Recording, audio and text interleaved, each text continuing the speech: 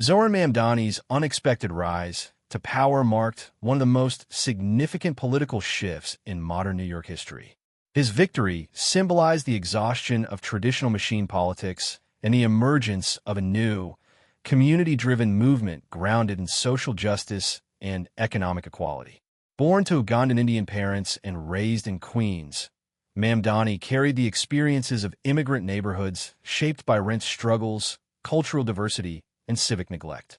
He entered politics not through elite networks, but through activism, organizing tenants, supporting cab drivers, and advocating for working-class communities that felt invisible in a city dominated by real estate money and donor politics. His election night was more than a local upset. It was interpreted as a generational transfer of power and an assertion that New York's vast diversity could finally translate into real political influence. The film traces how the city's old political order had long relied on predictable alliances among party insiders, financiers, and media power brokers. That structure had survived waves of reform, but was increasingly detached from the realities of inequality, housing insecurity, and youth frustration. Mamdani's campaign turned that detachment into its central argument. Built almost entirely by volunteers and small donations, it operated like a social movement rather than a traditional campaign, door-to-door canvassing, multilingual outreach, and digital organizing that mobilized first-time voters. His message, "Power belongs to those who show up," resonated strongly among renters, students, and underpaid workers. By the time votes were counted, the grassroots had outmaneuvered the establishment. The narrative then widens to show how this local transformation unsettled the national conversation.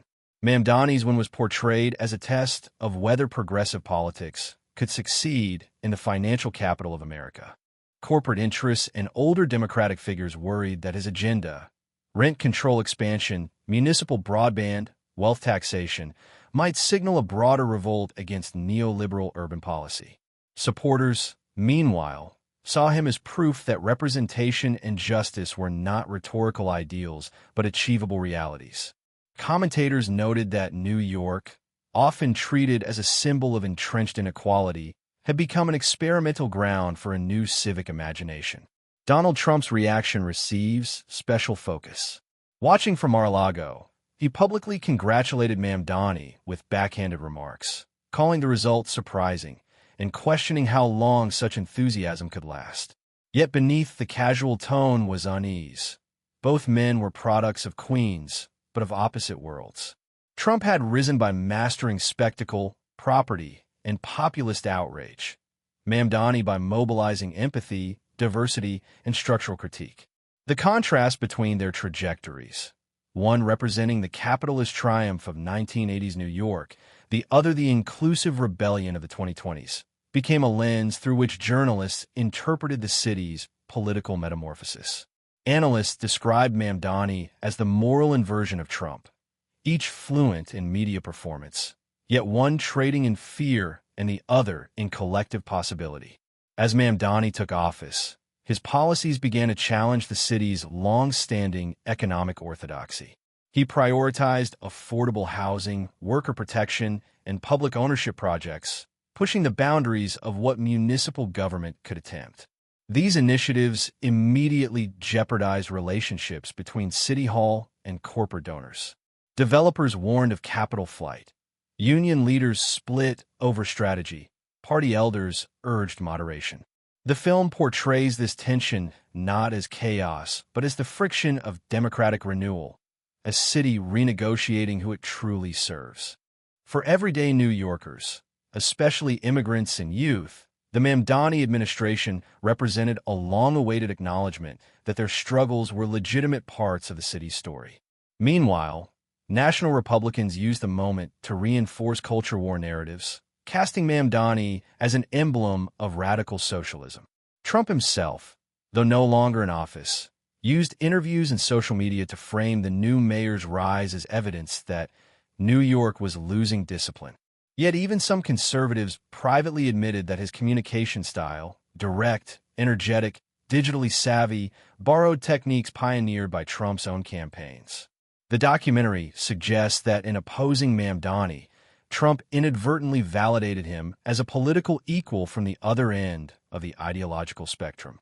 By its conclusion, the film positions the two figures as twin reflections of the same restless city.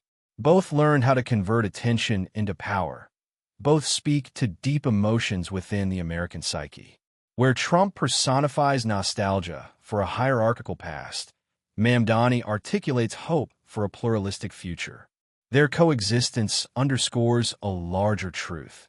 New York remains the stage upon which America rehearses its political identity.